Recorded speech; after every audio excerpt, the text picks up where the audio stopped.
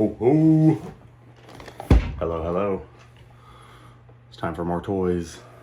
Today, we're gonna mess around with the second Super 7 figure I've ever opened. Scratch. He's fun. Cool packaging, pretty standard stuff. So, I don't actually collect Super 7 Ultimates.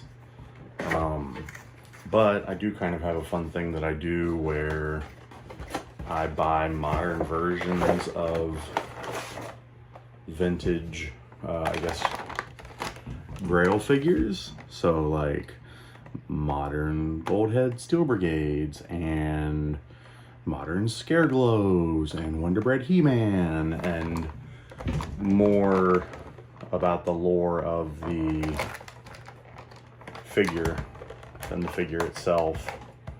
You know, Rocket Fire and Boba Fett. Things like this where I'm never going to spend the $2,000 or whatever a vintage Scratch is pulling these days. Because I don't collect TMNT like that. But I'll drop, I think it was $50 to get this guy. So I gotta say, fresh out of the package, I haven't even really gotten to play with him much. I'm having the same reaction that I did when I opened up the Shredder. This figure feels nice. Plastic feels good. It's got a good finish on it. You got some non-plastic bits, right? We got a real metal chain. We got a little fabric necklace tag.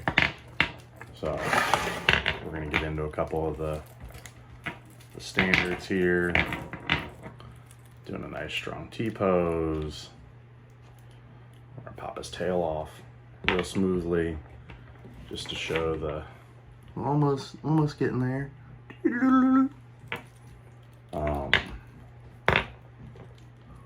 He's only got a single knee joint, but bends no problem. Foot feels pretty good. One of the guys at the shop, James, had said something about I think the ones made in Vietnam, the Super 7 figures made in Vietnam have been running into some QC issues where they've been pretty loose, which is unfortunate, but full head spin, no problem. What a great figure. My first reaction off the bat playing with this, and I think it's an obvious comparison, is Super 7, give me Ultimates SWAT Cats figures. But yeah, stands pretty good. Look at that. I don't actually know I don't know enough about the character. Honestly, this is a poser ass unboxing. I feel like I gotta give him that heater, right? Because he's a criminal, so he needs a gun. And I feel like he's gotta have this bag of money, because I always liked the bag of money accessory on the vintage one. And then I don't know anything about this guy, but he looks like he's just gonna hang out there with him, so he'll definitely come out of the package. I think I'm gonna leave everything else. My dude Scratch is definitely a right-handed shooter. He's not a monster like them lefties out there. Yeah, so nice and straightforward. He holds his stuff really well. I even have to do a hand swap to get him in this stuff. Get that in frame a little bit better. He feels great. Give him the straight arm shot. Feels great, looks great. Paint apps look clean. I love this little, I like that it's an actual metal ball chain for the ball. But then like these bits, I like the concrete almost coloring on that stuff. That looks really cool.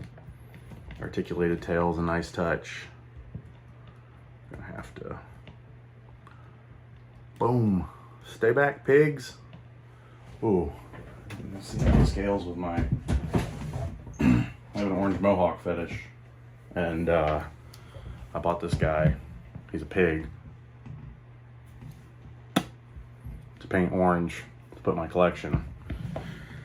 He's a little small. But anyways.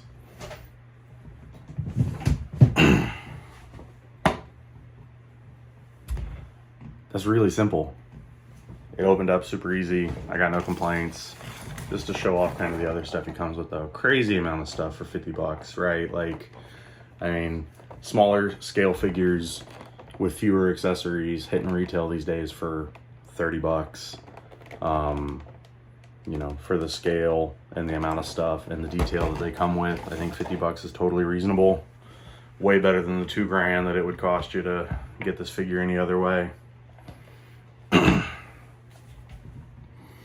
Give me a hotspot. I'll probably buy a hotspot too if they make one. But yeah, there he is. I'll show him off up close. Do a little show off on the shelf. I'm super happy with this guy. Excited to add him to the miscellaneous shelf. Get a little shooting right down the sights at you.